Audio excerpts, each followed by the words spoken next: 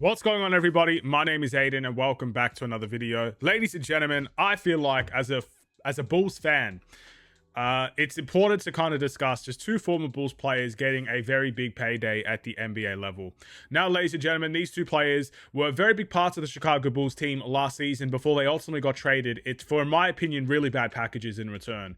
That being said, today I want to talk about Ayo Dosunmu and Coby White. I've mentioned them both briefly in separate videos, but I wanted to bring them together just to show how much environment matters to an NBA team. You know, they were on the Bulls and they were expected to make big money for the Bulls, but they weren't really big game changers on the team, respectively, for the Bulls, being sort of the leading guys. But environment matters, coaching matters, situation matters, and now both players could potentially have the opportunity to thrive in their own separate organizations, and now they're going to get paid the money to do so. With that being said, it's both relatively good money as well. Like, I think it's good for them and it's good for the teams that signed them on. So that's the important part as well. Let's talk about both of these players in this video. Before we get any further, if you like the video and you want to see more from me, feel free to like and subscribe if you are new. Let me know what you guys think about these two former Bulls players, respectively re-signing with the teams they got traded to, and what do you think will end up happening with those two players. We'll talk about Coby White first because he's the most interesting to me. He signed on to the Charlotte Hornets, I believe, on a 3-year, $74 million contract, which is around $24.7 million per season. We don't know if that's going to... if it's like a flat rate, 24.7, whether or not it's going to decrease or increase over time. That's all situations where, you know, they could deal with that within their own contracts, but roughly around 24.7 million per season for 3 years of, I guess, service for the Charlotte Hornets. Now, this is interesting because Charlotte recently traded LaMelo Ball, so you would have thought Coby White would have signed on as maybe a player that could be a cog in the wheel sort of guy that can just kind of do a little bit of everything and help out for the Charlotte Hornets, maybe turn them into a winning franchise. And obviously not him alone, but just his value to the team can help them become a winning franchise. But they made some big changes with LaMelo Ball leaving that team. And now Coby White, who was probably going to be at best the starting shooting guard to a bench option six-man sort of guy, now probably walks into the starting point guard position as of now with a guy like Christian Anderson, who they selected in the NBA draft, coming off the bench, most likely. You know, that's kind of interesting. So he went from, you know, a cog in the wheel to sort of the main guy as the point guard of that Charlotte Hornets team. Now, Coby White, in the limited minutes that he played with Charlotte, performed really well.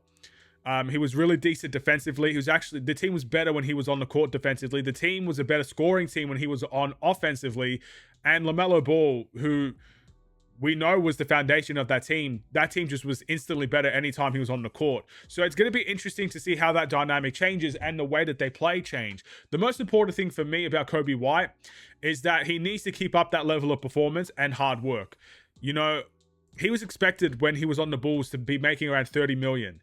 24.7 million, I think, is a very good deal for someone of his caliber who can easily give you 20 a night when he is starting, and he'll give you a lot of effort everywhere else as well. Look, Charlotte Hornets fans are in love with Coby White, let's be honest.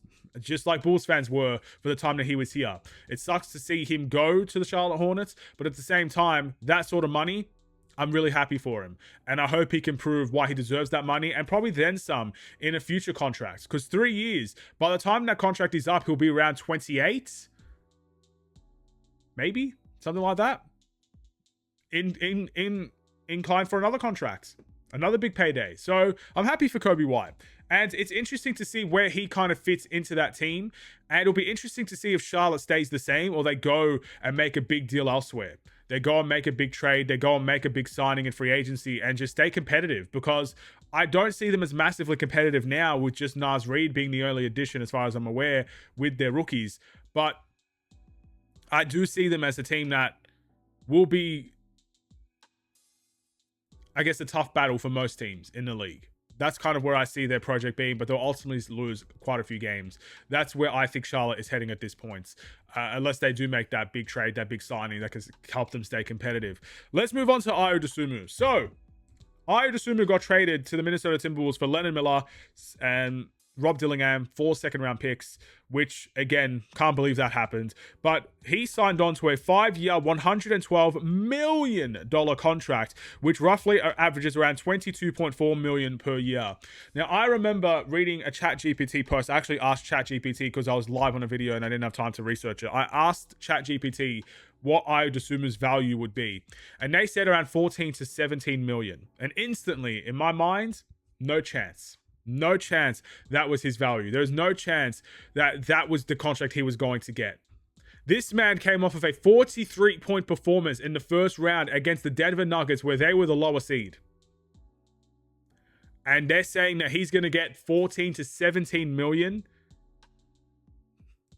Yeah. I know Ayo more than ChatGPT knows Ayo, that's for sure. And I did say if he was going to get the money, it was going to be 20 million or over. And that's exactly what he got. 22.4 million per season is a very good contract for Ayo Dosunmu. Once again, the Minnesota Timberwolves know what they're doing. They're going balls to the wall for this championship. And you don't get rid of someone like Ayo, who will most likely now be a bench option for them. You don't get rid of someone like that if you're trying to compete for a championship. You got him and he performed. He stepped up. You know, he may have had a rough start to the Minnesota Timberwolves career, his Minnesota Timberwolves career, but he picked it up big time. You don't let go of someone like that. So he most likely will be on the bench now, considering LaMelo Ball will be probably waltzing right in there to the starting lineup. With LeVar Ball chanting him on the whole time. Anthony Edwards clearly still being there. I don't think Ayo's just going to play small forward for them or anything like that. So I see him coming off the bench. I see him being a guy that will be just so dependable and reliable, because that's what he's known for. That's what he does. He's dependable. He's reliable. He's consistent. He will always give you his best. He will always be a two-way player. He will always be able to knock down a three for you. And there'll be games like the game against Denver where he'll just shut up and drive. And he'll just take it to the hole every time and attack him. That's what he's good at. He's a phenomenal transition player. He literally, I can't see a flaw in Ayo's game. The only flaw in Ayo's game is that he's not a superstar.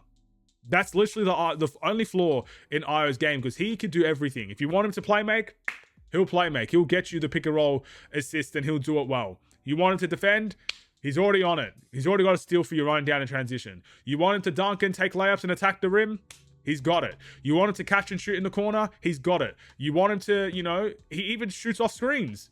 He's got it. He's got everything in his repertoire. And the Minnesota Timberwolves have to keep a guy like that. There's no questions about it. So I'm really, really happy for Ayo. I'm really happy for Kobe. But environments matter. Kobe returns home. He's in a position where if he was to get traded from the team that drafted him, returning home is the best situation for him. And he played really well because of that. And he's in an environment where he's very loved and very well respected. And being a guy from home, that matters. Ayo was from Chicago. Environment matters. I'm sure he wouldn't have been the same player if he started his career elsewhere compared to Chicago, because there was a little bit of an incentive to play the way that he's played and the development in which he developed in. But his environment now is championship quality. So you're going to see the best out of Ayo on a winning team. Environment matters, ladies and gentlemen. Unfortunately, as a Bulls fan, this is hard to admit. We were not the right environment for these guys. We may have been the right environment when we selected them in the NBA draft, but in order to actually grow as a player, we are not the right environment. We haven't had great development staff. We haven't been a team that's able to look at someone in year one and see them in year five and they're just instantly amazing. And a lot of the time that does happen for the Bulls. We don't get the credit for that. It's the players themselves that will get the credit for that, for the work that they put in. Coby White got better because of all the work he did in the offseason with his own respective coaches. You know, he got better every single season because of that. You can't say the Bulls were the ones that were truly developing him. In fact, the only time that we got a development coach in terms of shooting, Peter Patton, we let go a season after. So we still have a lot of work as an organization to fix that, and hopefully this new front office can do that. But these environments are going to be very important for guys like Ayo and guys like Kobe. So I wish them nothing but the best, and I really hope that they can get, not only, they've clearly got the money that I think they deserve, but hopefully they get the status and, of course, the competitiveness in their teams that they probably deserve as well. That's the message. Environment matters. Picking a place to kind of call home, it matters. Being in a team that's competitive matters. Being in a team focused on development matters. It all matters. And you could tell some players don't survive in the NBA because of the environment they're put in. And some players become amazing, sensational players because of the environment that they're put in. So it does matter. It all matters. So anytime you think, wow, this guy won't do well in another team, maybe think again. Leonard Miller, perfect environment for the Bulls, by the way. Was traded from Minnesota, got no game time, literally did nothing for the Minnesota Timberwolves, barely played, was an afterthought for them, comes to the Bulls, averaged like 14 and 7 in the time that he played here. And he's on a team option, and we're bringing him back next season. The environment for Leonard Miller matters. Just like the environment for Ayo matters. And the environment for Kobe White matters. It all matters, man. It all matters. It all matters. Anyway, thank you for watching. I will see you guys in the next video. Stay safe, stay healthy, and stay tuned for more. Take care. And peace.